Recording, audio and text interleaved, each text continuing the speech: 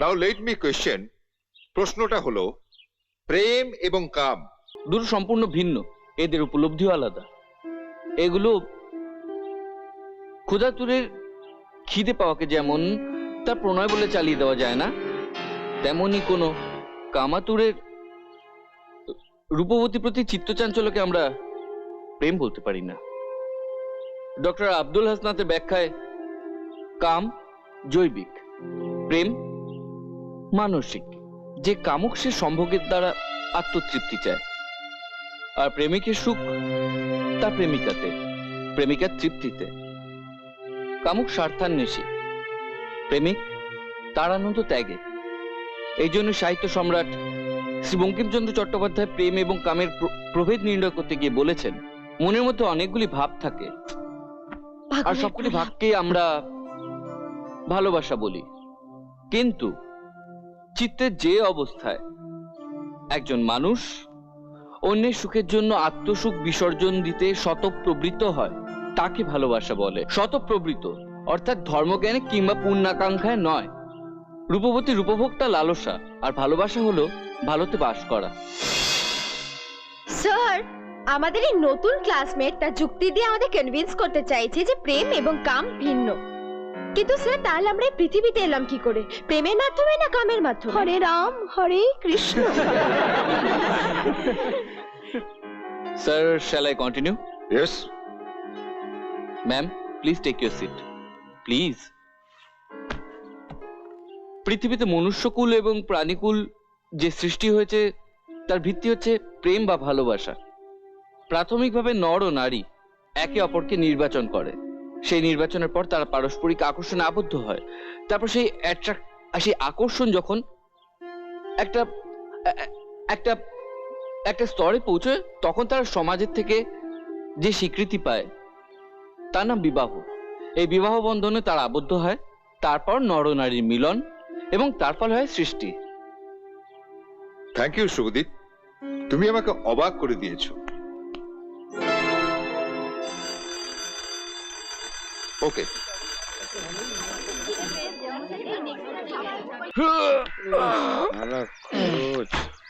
কত গেল রে? আর কত গেল, যে অবস্থা হয়ে রয়েছে পুরো ঝুলিয়ে লাট করে দিয়েছে, পুরো একদম পিছনে জল ভরে দিয়েছে পুরো। চিন্তা করিস না, 1,500 যাই হোক, রিটার্ন পেয়ে যাবি। নাকার মতো কথা বলেছে তো, রিটার্ন পেয়ে যাবি। এমন ভাবে কথা বলছে না, মেয়ে যেন জানে ম্যান, এ নাও টাকা আমাকে দিয়ে চলে যাবে। আমার ক্লাসমেট। খিস্তি করলি? ক্লাসমেট খিস্তি নয়, মেয়েটা আমার সাথে এক কলেজে পড়ে, একসাথে তাই ক্লাসে পড়ে। হ্যাঁ, দাঁড়া দাঁড়া দাঁড়া দাঁড়া দাঁড়া দাঁড়া, যখন আমি কোনো মেয়ে ফের কথা বলেছি না, সঙ্গে সঙ্গে তুমিও আমার পেছনে কিন্তু হুকুত। তোর শালা দোষ নেই জানিস তো, এছাড়া আমার নসিবেরই দোষ আছে। কলকাতার বাইরে তোর কোনো আত্মীয় কুটুম, মানে জেঠু পিসি কাকা মামা, এদের কারো বাড়ি আছে? না, আমার কেউ নেই। আর আমার মনে হয় আমার সাথে ভাগ্য জড়ালে তোরও সমস্যা বাড়বে। ফালতু কথা বলবি না। না দাঁড়া, তুই আমাকে একটা জায়গায় পাঠাতে পারবি? তুই বল না, একটা যে কোনো একটা জায়গার কথা বল, আমি সেখানে তোকে পৌঁছে দেবো। তুই যেখানে বলবি। জাহান্নামে। হ্যাঁ, জাহান। এই উল্টো পাল্টা কথা বলবি না। তুই কি বলছিস নাকি? তোর সালা সেলিম খান বন্ধু বুঝি থাকতে তুই আমাকে বলছিস জাহান্নামে পাঠিয়ে দিতে? একদম এই কথা বলবি না। তোকে সালা মারধর না করে করে তোর বড় বার বেড়েছে। একদম উল্টো পাল্টা বলবি না। শোন না, বলছি ভালো করে একটু দিমাগ লাগিয়ে দেখ না, তোর কোথাও কেউ। বলছি বর্তমানে না আমার এক খালা থাকে বুঝলি, রসুলপুরে। বলছি কদিন কষ্ট করে করে থাকতে পারবি? থাকতে পারলে তুই বেঁচে যাবি, তারপর তুই কলকাতা থেকে একবারে পার্সেল করে অন্য কোথাও পাঠিয়ে দেবো। Beggars are not চুজার্স। ওই একদম ইংরেজিতে উল্টো পাল্টা খিস্তি করবি না, যা বলবি বাংলায় বল। আরে বা খিস্তি কেন দেবো? বললাম যে ভিখিরিদের কোনো পছন্দ থাকতে নেই। আরে আমার যে অবস্থা, তুই তো বললি সবাই খুঁজে বেড়াচ্ছে, তা আমাকে তুই যেখানে পাঠাবি সেখানে গিয়ে থাকবো। তা শালা এটা আগে বললেই হতো। ফালতু শালা আর কি মেরে হাট। চল চল শালা।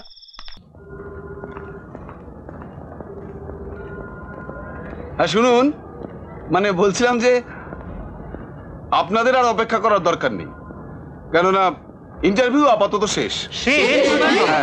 কি বলছেন কি? এখন আপনারা যেতে পারেন। আপনাদের এখানে থাকার কোনো অধিকারই নেই, আপনারা এক্ষুনি এখান থেকে চলে যান। আর যদি না যান তাহলে আমি কিন্তু অন্য ব্যবস্থা নিতে বাধ্য। অন্য ব্যবস্থা মানে? এইভাবে আপনি আমাদের অপমান করতে পারেন না। এই মা, অনেকক্ষণ ধরে ছাড়ুন, কাজদামি করছিল, স্যার। ছাড়ুন, বদমাইশ লোক। আপনারা গেল, ওনাকে ডেকে নিয়ে আরে, আরো মারা উচিত আপনাদের। আরো মারা উচিত। সব লকচক করে দাও। সব নিজেদের লোককে ঠিক করে রেখেছে আপনারা। ছাড়ুন। হাত ধরে ছেড়ে দিন, লাগছে না ওনার। আরে ছাড়ুন ছাড়ুন। বলছি। এটা কি হচ্ছে? ছাড়ুন বলছি। ছাড়ুন, ভালো হচ্ছে না। আরে ছাড়ুন না, লাগছে না ওনার। আরে এক্ষুনি পড়ে যাবে, ছাড়ুন। এই তো যা পড়ে গেল। আপনারা কেউ কিছু বলছেন না কেন? দেখুন ওনাকে কি করছেন। আপনারা একটু হেল্প করুন ওনাকে। ছাড়ুন না, আরে সবাই তাকিয়ে শুধু দেখছেন, আপনারা কেউ কিছু বলছেন না কেন? আপনাদের কোনো লজ্জা নেই? আপনাদের সামনে একটা লোক প্রতিবাদ করলে ওনাকে এভাবে মেরে যাচ্ছে, আপনারা কেউ কিছু বলছেন না কেন? এই কি মেরে ফেলবে নাকি ছেলেটাকে? আরে কেউ তো শুনুন, কাছে থেকে দেখুন, আপনারা শুনুন, এই কি করছেন কি আপনারা? ছেড়ে দিন ওনাকে, ছেড়ে দিন এক্ষুনি। হঠাৎ তেল হচ্ছে না? এটা কি আরে, করছেন নাকি আপনারা? এই যে ধরুন তো, ছেড়ে দিন বলছি।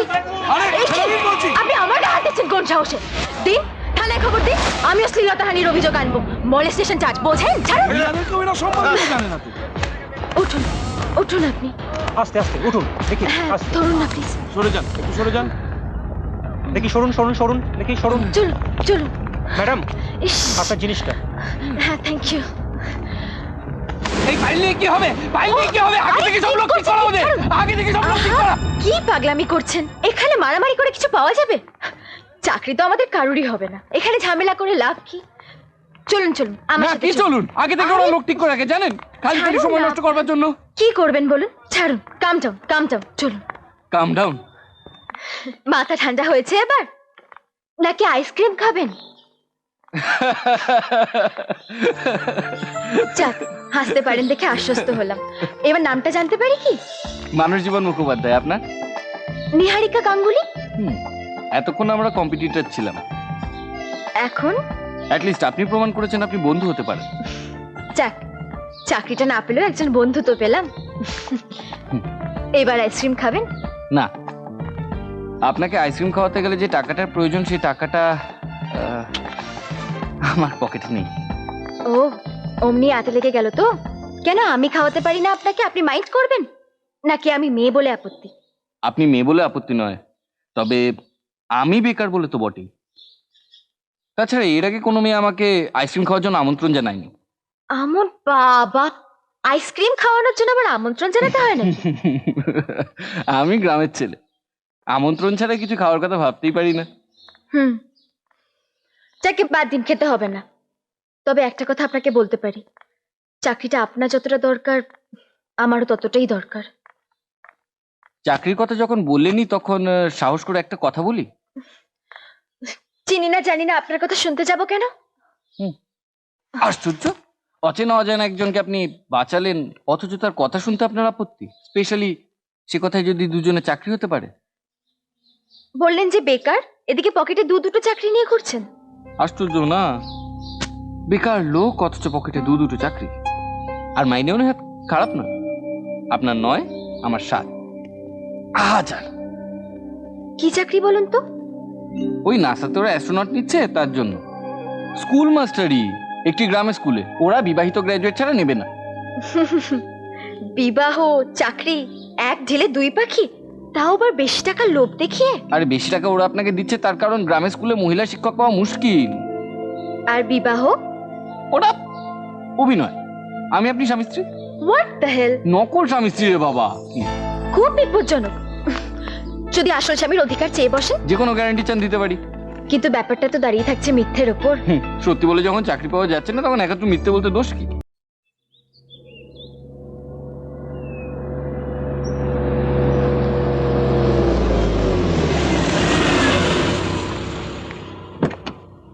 আসুন আসুন, আমার নাম দামোদর চৌধুরী।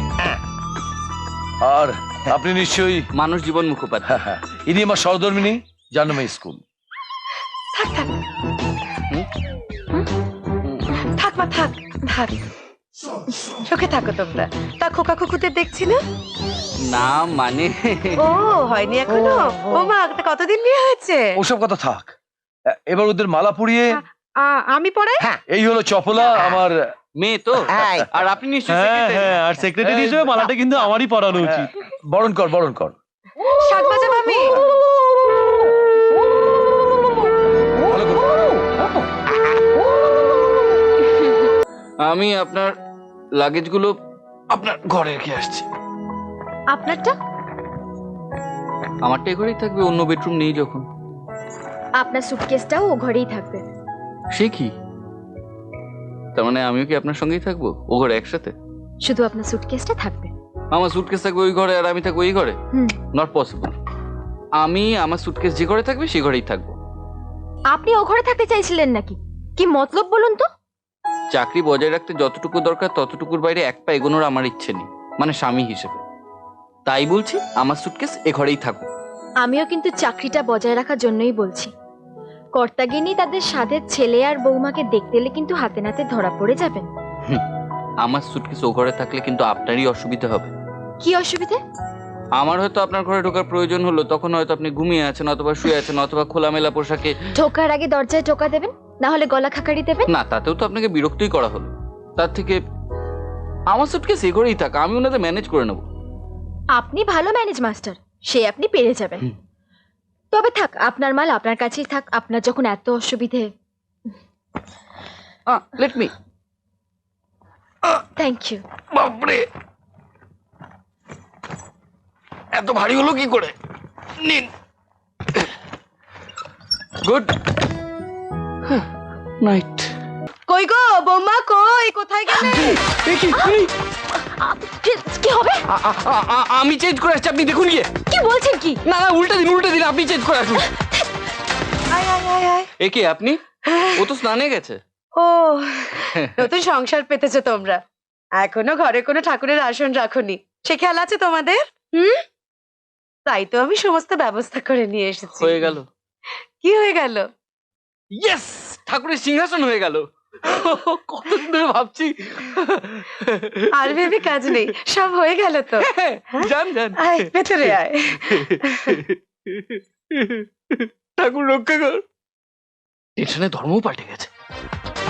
আপনি খামোখা এত কষ্ট করতে গেলেন কেন? এত ভারী জিনিস। তুমি পুরুষ মানুষ, তুমি এসব বুঝবে না। না তাও এই তো বৌমা। এই তো নিহারিকা, শাড়ি পরে ফেলেছো, বাহ। বাহ বাহ বাহ। আচ্ছা বৌমা, তুমি বলো তো, এওতির ঘরে ঠাকুরের আসনের কতটা প্রয়োজন এটা কোনো পুরুষ মানুষ বুঝবে?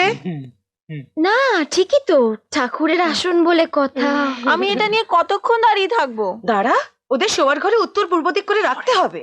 আচ্ছা বৌমা, তোমার স্নান সারা হয়ে গেছে? না, আপনি আসলেন বলে আমি বেরিয়ে পড়লাম। ও আচ্ছা ঠিক আছে, তুমি স্নানটা সেরে নিয়ে ঠাকুরের আসরের সামনে গড় করে তোমার স্বামীর কল্যাণের জন্য প্রার্থনা করবে, কেমন? গড় করে? আয় দেখে, সাবধানে আয়। ছবিগুলো লাগা। আবার ছবি লাগিয়ে দিতে হবে? হ্যাঁ, ছবিগুলো লাগাতে হবে। এত অগোছালো না তুই দুর্গা। আবার কি হলো? হ্যাঁ, জয় মা জয় মা জয় মা। বৌমা, এই দেখো, এই তোমার ঠাকুরের আসন পেতে দিয়ে গেলাম। এবার থেকে রোজ সকালে স্নান করে আরে শাড়িটা দে। এই যে এই শাড়িটা পরে ফুল ধূপ ধুনো বাতাসা দিয়ে ঠাকুর প্রণাম করবে, কেমন? নাও ধরো। কি হলো, ধরো। ওই ছেলে, বিকেল বেলা বৌমাকে নিয়ে একবার ওই বাড়ি যেতে হবে, ঠিক আছে? আসি। কিরে আয়।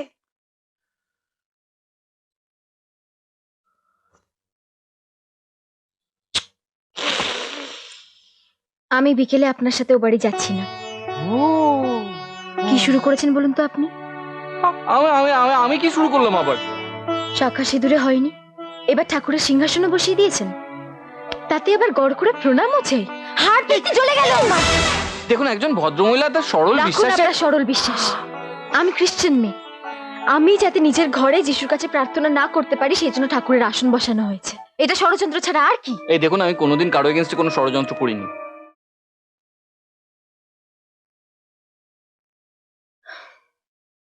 ভেবেছিলাম আজ রাতে আপনার সাথে যাব না, কিন্তু বুঝলাম যেতে আমি বাধ্য।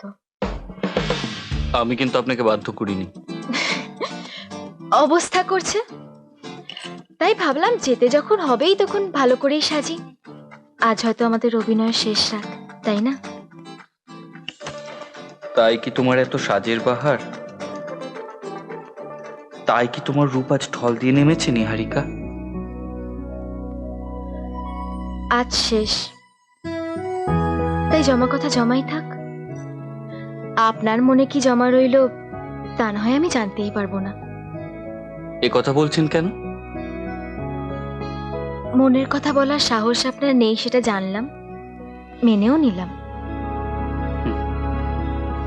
আমাকে আঘাত করে আপনি যদি কোনো আনন্দ পান তাহলে ভালো কথা, কিন্তু বিপদের মুখে দাঁড়িয়ে কোনো রকম প্রতিশ্রুতি দেওয়ার এখতিয়ার আমার নেই। কাল আমাদের পায়তলায় মাটি থাকবে কিনা আমি নিজেই জানি না। আমি তৈরি, এবার তো আপনাকে তৈরি হতে হয়। আমিও তৈরি।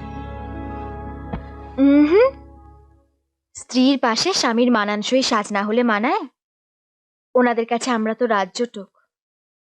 ধুতি পাঞ্জাবি পরে নিন, ভয় নেই, আমি ব্যবস্থা করেই রেখেছি।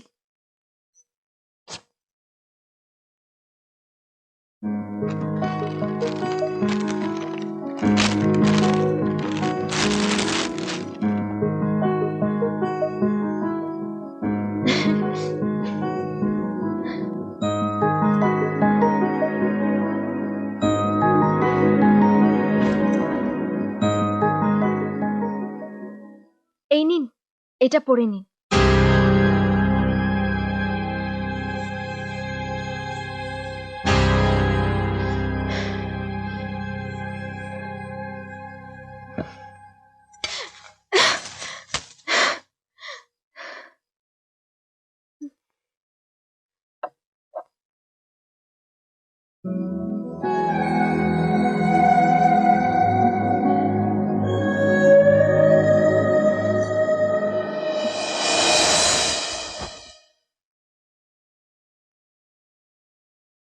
একটা কাজ অসম্পূর্ণ থেকে গেল। কি কাজ? হয়নি, অভিনয়ের অংশ। এই পরীক্ষাতে শেষবারের মতো স্বামী স্ত্রীর অভিনয়টা দেখিয়ে দিতে হবে না আমাদের? দিন, পড়িয়ে দিন।